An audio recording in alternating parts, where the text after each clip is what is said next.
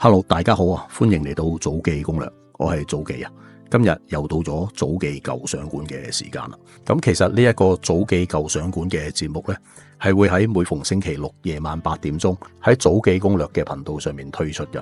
咁如果大家都中意呢個節目，一齊睇下相咁樣呢，記得逢星期六夜晚嘅8點鐘就去早記攻略上面望一望啦。今日要睇嘅相呢，就係關於香港嘅制水時期啊。喺50、60年代，香港面對嚴峻嘅食水短缺問題，政府大力呼籲市民節約用水。去到1963年，全港14個水塘過半數係乾涸嘅，政府只好實施供水嘅限制，由最初每天供應3小時，到後嚟情況惡化，減至每4天只係供水4小時。嗰時大家都會拎住水桶排隊拎水。幸好嘅係，當時嘅香港人都好守秩序啊，互相幫助，共同度過咗呢一個艱難嘅時期。今日早記會同大家細細回顧當時10張嘅相片，陪大家一齊追憶翻香港舊時嘅點點滴滴，唔好錯過。當水成為稀有嘅資源，城市嘅日常就會悄然咁改變。1960年代嘅香港面對嚴重嘅旱災同埋制水政策，市民嘅生活被迫改變。拎水唔再係好似我哋而家咁簡單嘅動作啊，而係一場集體行動同埋社會人性嘅展現。喺制水嘅時代，街頭最常見嘅畫面莫過於長長嘅人龍，市民手持水桶、膠盤、水煲等各式嘅容器，喺水車或者係公共水龍頭前面耐心排隊。呢啲隊伍唔分地區、唔分階層，成為香港人共同嘅生活節奏。拎水唔再係家庭內部嘅事，而係整個社區嘅日常。照片入邊不乏小孩同埋長者嘅身影啊！佢哋有啲拎住小水壺，有啲就拎住大嘅水桶。喺呢一場水荒入邊，人人都要親身參與，家庭成員各司其職，形成咗一種跨世代合作嘅生活模式啊！由膠桶去到鋁煲，甚至係洗衣盤或者係茶壺，各家各戶動員所有可儲水嘅器皿，凸顯出當時民間生活嘅智慧同埋資源調度嘅能力啊！街坊聚集喺同一個地點拎水，彼此協調，互相幫助，形成咗一種自發嘅社區秩序。呢一種互助精神喺困境入邊格外動人。制水雖然係艱難，但係亦都令到人同人之間嘅連結更深。雖然人多擠迫，但係隊伍井然有序，市民遵守規則，輪候取水。即使喺資源緊張嘅情況之下，仍然可以保持秩序同埋互相尊重。呢一種集體克制同埋自律，係香港人面對困境時最可貴嘅特質之一。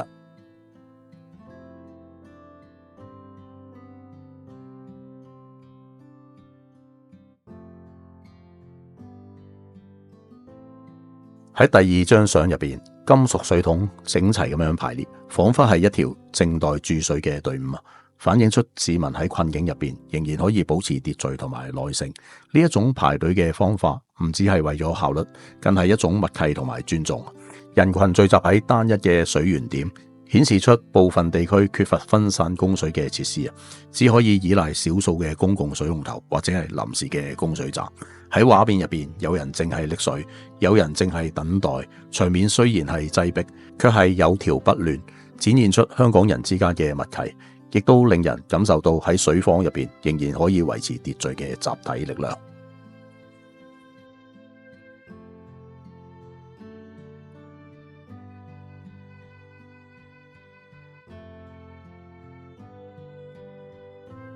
第3張相，喺香港制水嘅時代，街頭嘅水車成為咗市民生活入邊不可或缺嘅臨時水源中心。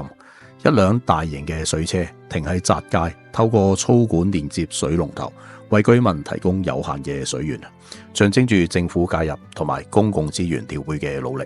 呢啲水車唔只係工具，更係城市喺危機入邊維持基本生活嘅象徵。大人細路手持鋁煲、膠桶呢啲嘅容器，耐心等待，顯示居民需要一次性咁樣儲存大量嘅水，以應付數日嘅生活所需。排隊拎水嘅情景成為咗當時街頭嘅日常風景啊！喺水荒入邊，每一位嘅家庭成員都會肩負起責任，大家都因為咁樣而同家庭緊密咁樣相連啊！呢一啲情景唔單止係歷史嘅記錄，更加係香港人集體記憶嘅一部分。水車供水嘅畫面凝聚咗制度、家庭同埋社區嘅多重力量，展現出城市喺困境入邊仍然可以維持秩序同埋尊嚴嘅人性。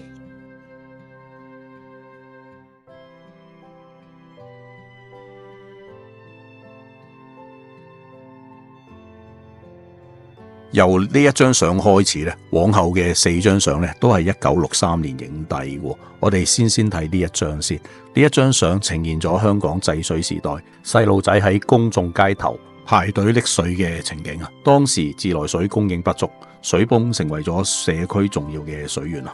細路仔唔單止係旁觀者，更加係呢一張相嘅主角之一。佢哋親自操作水泵，搬運水桶。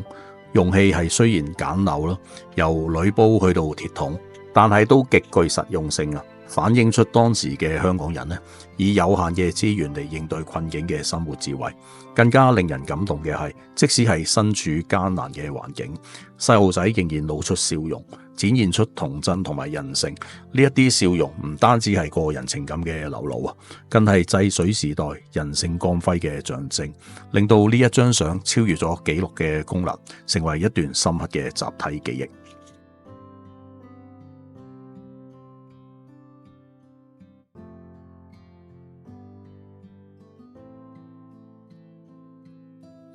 第5張相咧就呈現咗香港制水時代村民依靠舢板供應食水嘅情景。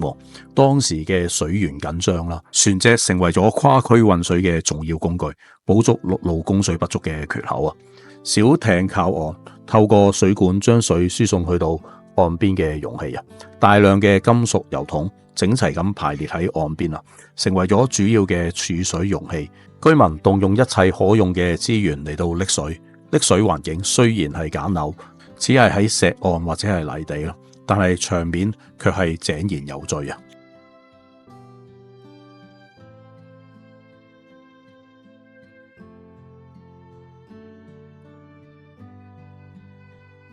嚟到第6張相，呢一張相就呈現咗香港制水時代農地乾涸同埋農民困境嘅真實場景。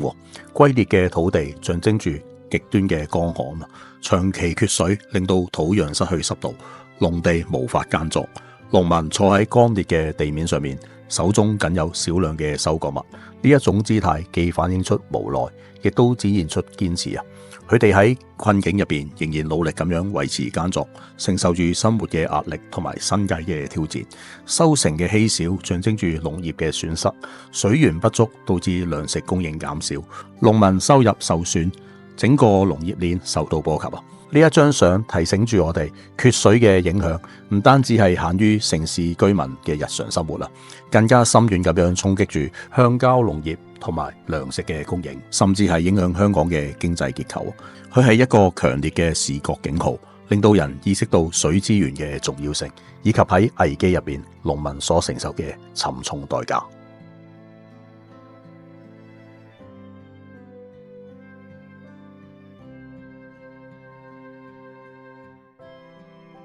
第7張相亦都係最後嘅一張1963年嘅相啊，呈現咗香港大旱期間僧侶放生雀鳥祈求降雨嘅宗教儀式啊。當時水荒嚴重，政府同埋民間嘅努力未能解決問題啊。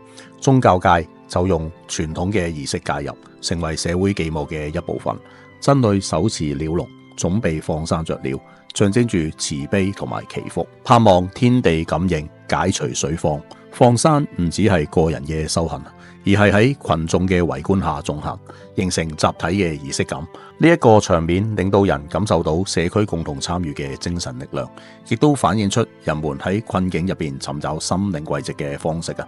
儀式選擇喺戶外進行，樹木同埋小徑圍繞，象徵人同埋自然嘅連結，進一步強化祈雨嘅象徵意義。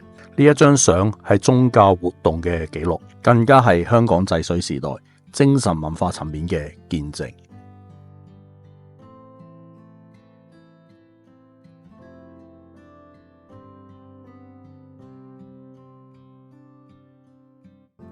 第8張相係一張1964年嘅相片啊，呈現咗香港制水時代水塘乾涸嘅震撼場景。水塘嘅底部裸露，裂痕密布，原本應該儲水嘅空間已經成為咗荒地，凸顯出旱情嘅嚴重啊！水源完全枯竭，中央仍然有細小嘅溪流穿過乾涸嘅地形，象徵住水塘功能嘅失效同埋時間嘅流逝。周圍嘅山坡植物稀疏，顯示出長期缺水導致植物枯萎，生態系統遭受破壞，環境嘅脆弱性喺呢一個時間被放大。呢一個係一個大自然嘅警號，亦都係政府政策嘅催化劑。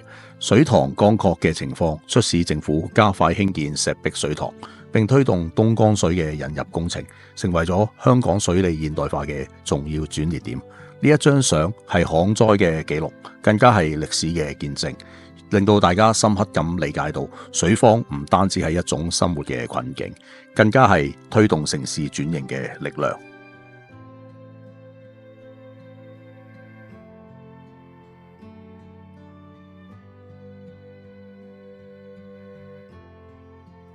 嚟到第9張相，呢一張相呈現咗香港制水時代市區派水嘅情景，制度化嘅規範同埋秩序喺影像入邊清晰可見。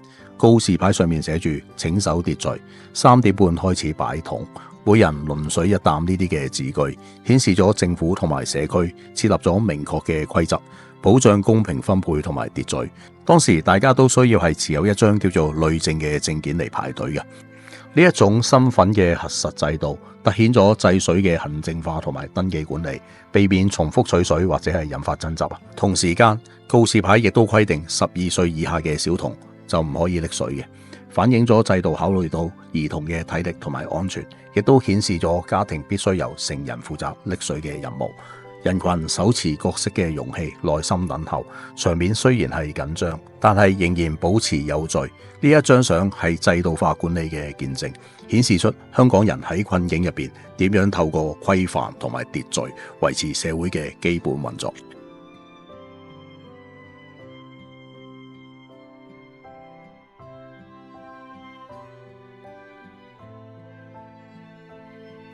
嚟到最後嘅一張相。呢一張相呈現咗香港制水時代夜間公共水龍頭拎水嘅情景，深刻咁反映出水荒下嘅生活人性同埋集體嘅行動啊！市民喺昏暗嘅環境入邊排隊拎水，生活節奏被迫延後，供水時間嘅限制令到居民必須調整作息，甚至係深夜出門拎水啊！多個水龍頭同時嘅運作，人群密集，容器交錯，場面雖然擠迫啊，但係仍有秩序。鋁煲、水壺、膠桶並列，顯示出唔同家庭以各自嘅方式應對水荒。喺呢一個環境入邊，市民彼此協調互助，令到緊張嘅場面可以維持秩序同埋尊重。呢一種社區文化成為咗困境入邊嘅支撐力量。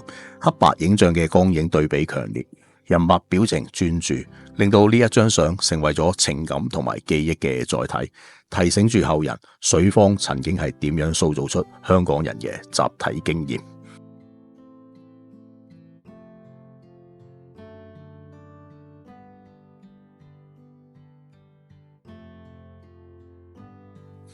好啦，嚟到呢度呢，今日嘅10張相片就已經係介紹晒啦。唔知有冇喚翻起大家點點嘅記憶呢？如果有任何嘅感想或者係睇法嘅話呢，歡迎喺留言區入邊留言啦。早記會喺嗰度繼續同大家討論。咁再呼籲多一次啦，呢一個早記舊相館嘅節目呢，會係喺每個星期六嘅夜晚8點鐘喺早記攻略嘅頻道上面更新嘅。如果中意嘅話呢，記得逢星期六夜晚8點上嚟望一望。而聽日呢，就會有大家都好中意睇嘅前世今生系列啦。早記會同大家講故事啊，中意嘅觀眾聽日就唔好錯過啦。喺離開之前，請大家記得訂閱、like、share 同埋 comment， 亦都請按上小鈴鐺以接收早記最新嘅影片啦。下一集見啦，拜拜。